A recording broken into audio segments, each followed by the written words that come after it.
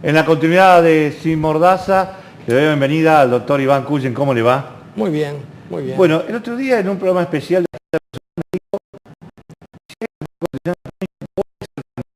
Así es, así es. Seré candidato, bueno, si algún partido, digamos, me acepta, si es un partido que está más o menos con mi posición, puedo ir dentro de las listas del partido, y si de lo contrario, haré una lista independiente. Pues, después de haber escuchado... Porque, ¿sabes qué? El tema es, yo le dediqué toda mi vida al derecho constitucional. Y lo máximo que puede una persona dedicada al derecho constitucional, a lo máximo que puede llegar, son dos cosas: ser convencional constituyente, nacional o provincial. Yo ya fui nacional, ahora quiero ser provincial si hay reforma. Y por supuesto ir a la Corte Nacional, que descartémoslo. Eso es lo máximo. En consecuencia, sí, por supuesto, si tengo salud y tengo posibilidades. El gobierno está avanzando, lo ha convocado puntualmente para empezar a armar un poco cuáles serían. Sí, señor, ya mandé toda mi opinión, que además es conocida. Ahí estoy pidiendo también que se abra, que ya lo decía esto Obey en su proyecto.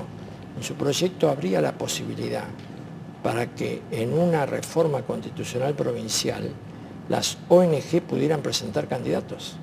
¡Apa! Sí, señor. Me acuerdo, sí, había una moción de esa idea. Y nosotros cuando nos reunimos en el 2007-2008 en la Fundación Libertad, también sostuvimos de que tenía, por lo menos para la reforma de la Constitución, tenía que haber candidatos independientes. Y más aún, en el año 1854, nada menos que Juan María Gutiérrez, que era ministro de Urquiza desde Paraná, le manda a todas las provincias, entre ellas Santa Fe, una circular diciéndole que sancionen la Constitución conforme la Constitución Nacional y que traten de incorporar gente de distintos sectores, independientes.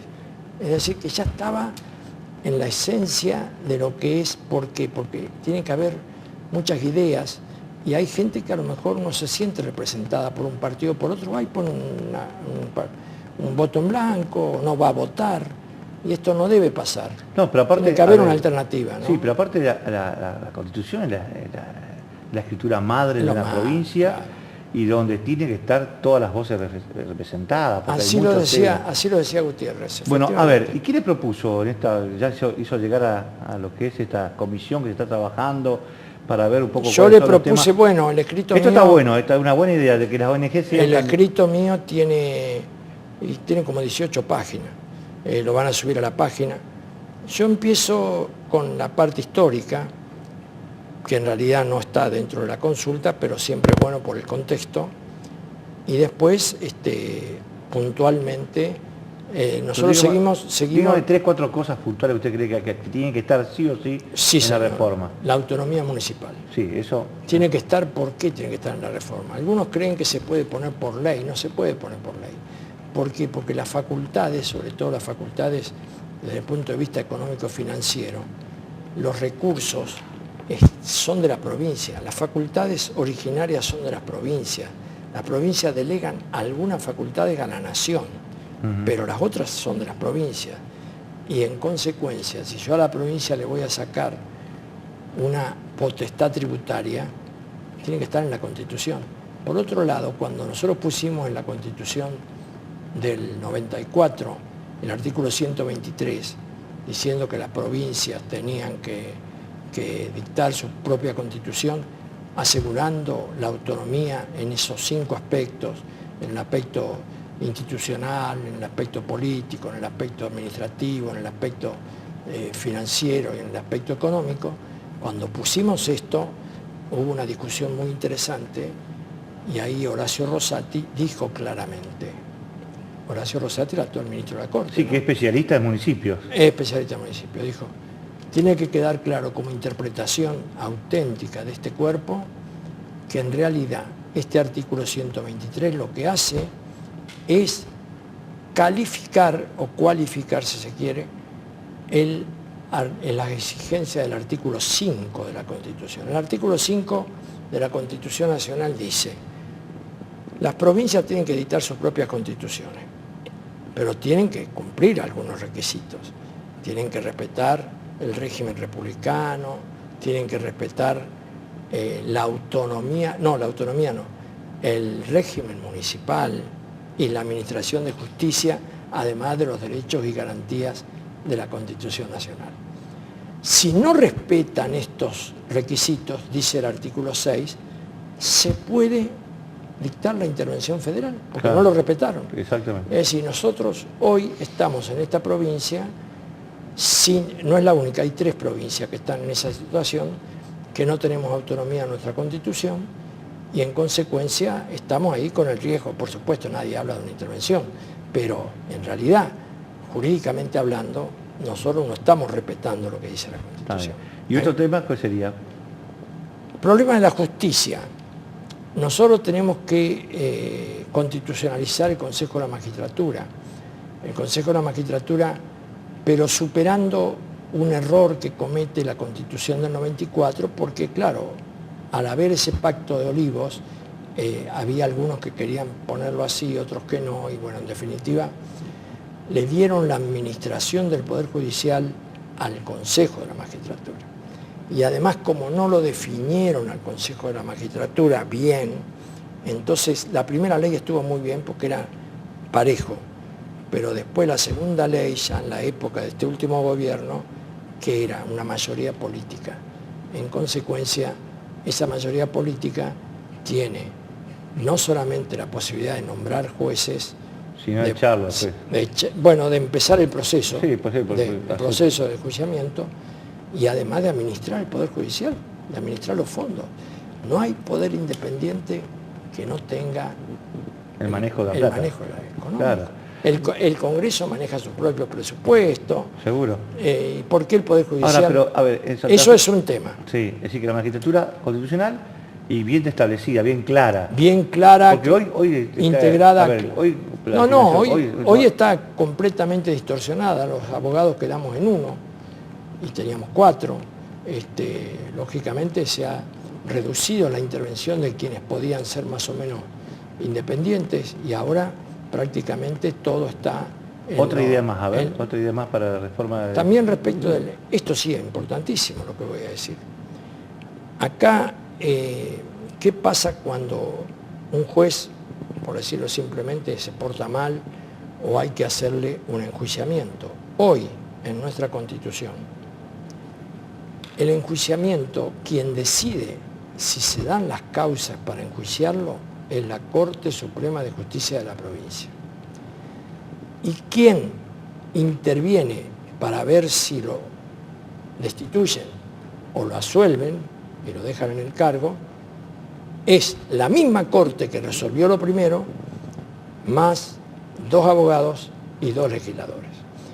En consecuencia, hay un principio que la Corte Nacional lo dijo ya con posterioridad, que fue el caso Diesser, pero sobre todo el caso Freud de Santa Fe, claro, y Diesser era Fraticelli también, de Santa Fe, que dice lo siguiente: nunca un juez que interviene o que intervino en la acusación puede intervenir en la decisión, porque eso es falta de parcialidad. Esto hay que solucionarlo, porque si no estamos... Fíjense, después de esta jurisprudencia no hubo enjuiciamientos, prácticamente no hubo enjuiciamientos. Sí, el caso de Afroa que lo defendió el doctor Bielsa.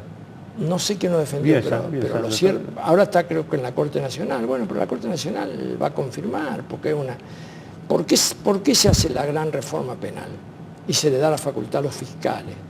Porque de lo contrario, si los jueces de instrucción, si los jueces correccionales, fíjate vos, los jueces correccionales, antes dictaban el auto de procesamiento y después condenaban, el mismo juez.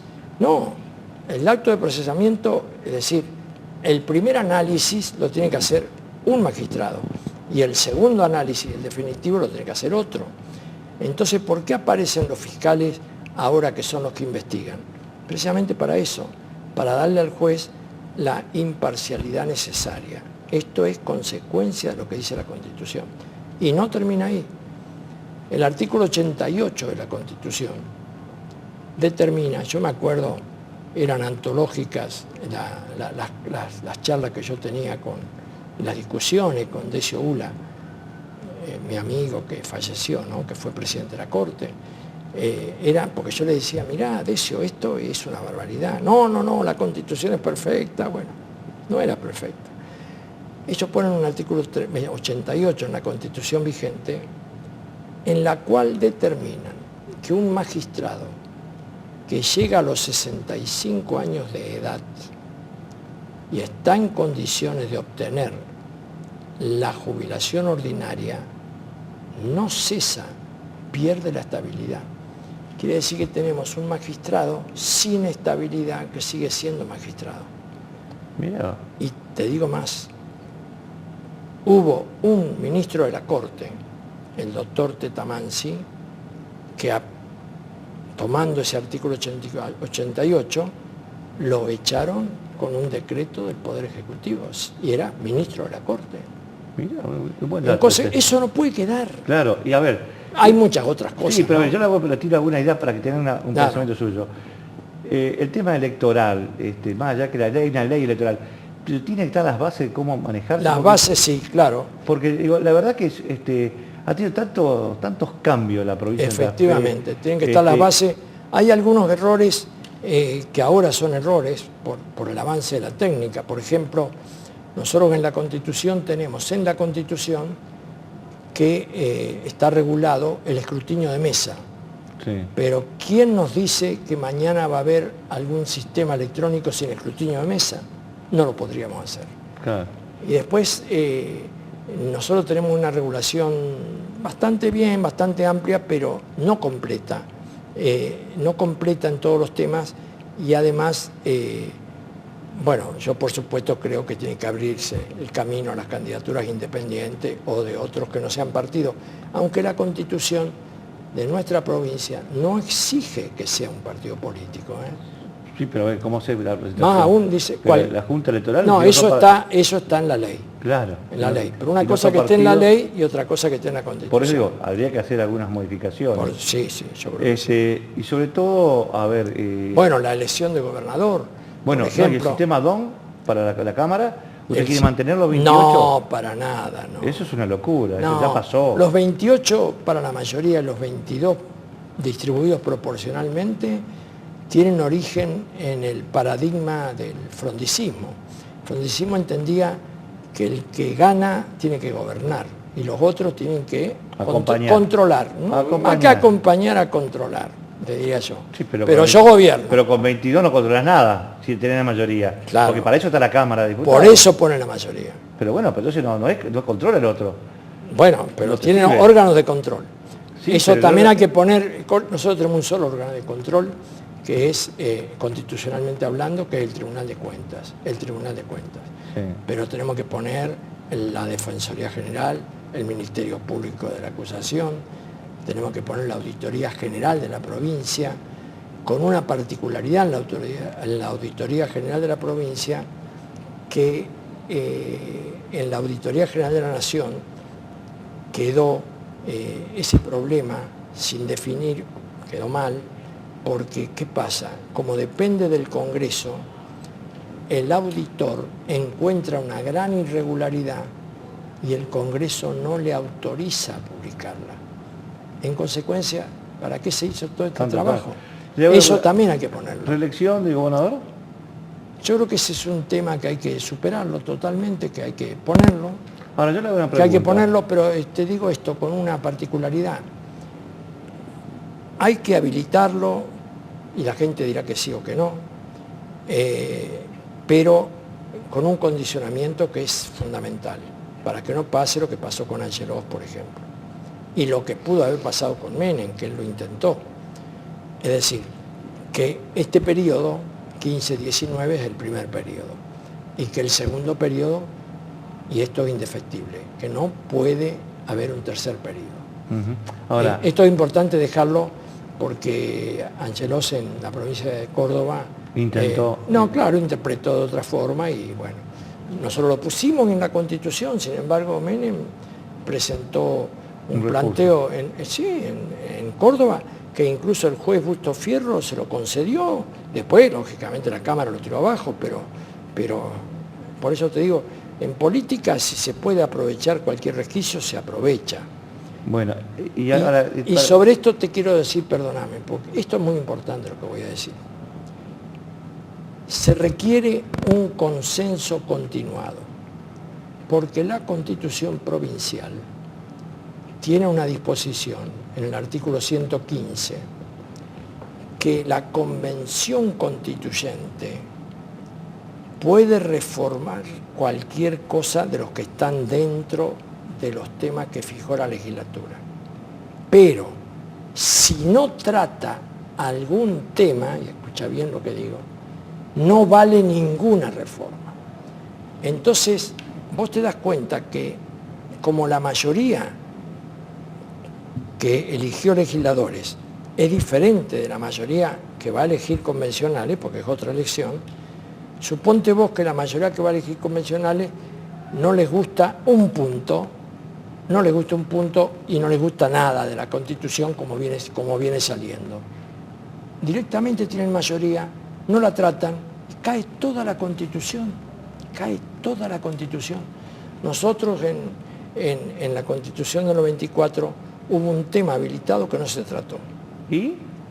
No pasó nada. No pasó nada, porque nadie se presentó a ese planteo. ¿Cuál era el tema? Consejo Económico y Social.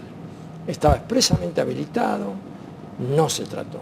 No es que se trató y se desestimó, no se trató. Mirá vos. Y cuando pasa eso, en la Constitución de la provincia, todo lo que se hizo antes, por más que sea la maravilla andante, se cae. Última para que responda. Por eso te digo, se necesita un consenso permanente. Respóndame con exactitud, porque va a haber un avance de las mujeres que van a querer paridad de género en la Constitución, que quede claro, no en la ley, para que nadie la cambie. No, ¿Usted qué dice? Dígame su postura. Pero cómo no, el cupo femenino, que yo estoy de acuerdo porque es algo que, digamos, cupo, no los paridad. Sectores... Cupo, no, otra cosa. Vamos a hablar de la paridad también, si quieren. Pero el cupo femenino, o los cupos se llaman acciones afirmativas. Esto tiene su origen en las desigualdades. Las desigualdades que hay pueden ser naturales o pueden ser culturales. Naturales, un discapacitado, un menor, un anciano, ya tienen un problema que los pone en desventaja, y ahí las acciones afirmativas, las ventajas que hay que darle son permanentes, porque si el hombre está discapacitado, hay que darle una mano. Es permanente. En cambio, las culturales, que son aquellas donde la persona es tan capaz como el otro, y por un problema de raza, Estados Unidos con los negros, por un problema de feminismo, de sexo, nosotros y muchos otros países con las mujeres, eso es cultural, no es natural. Y cuando es cultural, las mismas convenios internacionales exigen que sea temporario. Los cupos. Sí, tienen que ser temporarios. Cuestión de ir reduciendo los cupos a medida que se va obteniendo el acceso de las mujeres a los cargos públicos. Esto se está produciendo, ha sido muy eficaz el cupo. Hoy tenemos mujeres en el primer nivel de la política. Tuvimos una presidenta mujer, tenemos diputadas mujeres que están todo el día, intendentas, concejales, se ha avanzado. Pero bueno, ahora quieren poner 50 y 50. Por supuesto, eso no tiene que estar en la Constitución, porque esta es una Constitución rígida. Las constituciones rígidas tienen esta característica, y es importante porque nosotros ya no tenemos constituciones rígidas en el mundo. Nosotros no podemos tocar una coma de la Constitución Nacional, sin hacer todo. Fíjate vos que hay que 2 tercios en cada Cámara. Después de los 2 tercios en cada Cámara, hacer una llamada a una convocatoria a elecciones. Y después de la convocatoria a elecciones recién aparecen unos señores que constituyen un cuerpo que se llama Convención Constituyente, ya sea nacional o provincial, y solamente ese cuerpo puede tocar la coma, nadie más. Entonces, ¿Usted hay que tener... ¿Está hablando como tipo enmienda, Amar? No. ¿Cómo? No, yo creo que... No, se puede hacer una reforma de un solo artículo, pero nosotros como estamos actualmente... ¿Y usted cree que hay que proponer eso en la Constitución nueva? ¿De que se pueda reformar un artículo? Yo te voy a decir cómo ha funcionado esto. Por lógica pareciera que no habría inconveniente, pero ¿cómo ha funcionado? Ha funcionado que justo el artículo que reforman es el de la reelección. Claro. En consecuencia, esto también va unido a que el tema de la reelección aparezca, se trate, se digan lo que se tengan que decir y se termine esa cuestión, porque no puede estar todo parado por la reelección. Claro. La reelección es un tema, en definitiva, y también acá hay que aclarar otra cosa, que es muy importante. La reelección... La reelección no tiene que decir la mayoría. Si acá hubo convencionales que dicen tiene que haber, si no tiene que haber, no tiene que haber. No tiene que haber. Tienen que tratarlo, ¿no? Pero por supuesto. Bueno, pero fíjate vos, la reelección tiene que hacer algo que esté dentro de los temas para ser tratados. Pero es muy importante, me parece a mí, que sobre este punto quede perfectamente claro que no puede haber una reelección. Y además, como en Estados Unidos el presidente tiene una reelección y después nunca más puede ser presidente, jamás. Ajá. Acá, bueno, lo vimos, acá hubo un gobernador, Reutemann, después vino otro gobernador, Obey, después repitió Reutemann, después repitió Obey. Esto no debiera poderse dar. No debiera poderse dar porque rompe un principio republicano esencial que es precisamente la alternancia en el ejercicio del poder. Vale decir, reelección de 4 años a 8 es lógico, es normal, porque en realidad 4 años es poco tiempo, antes eran 6 en el orden nacional. Ahora son 4. A mí me gusta la figura de 6. ¿Por qué no por poner un 6 bueno, gobernador? En todas las provincias y ya la nación son todos 4, ¿no? Sí, pero 4 con una reelección, bueno, termina el problema. Pero lo importante, poner acá que no se puso en la Constitución del 94, que después, estos que ya fueron electos, este que ya fue 2 veces gobernador, electo y reelecto, no puede volver a ser gobernador. Iván, muchísimas gracias. Bueno, por favor, un gusto. Seguimos contigo, Darío.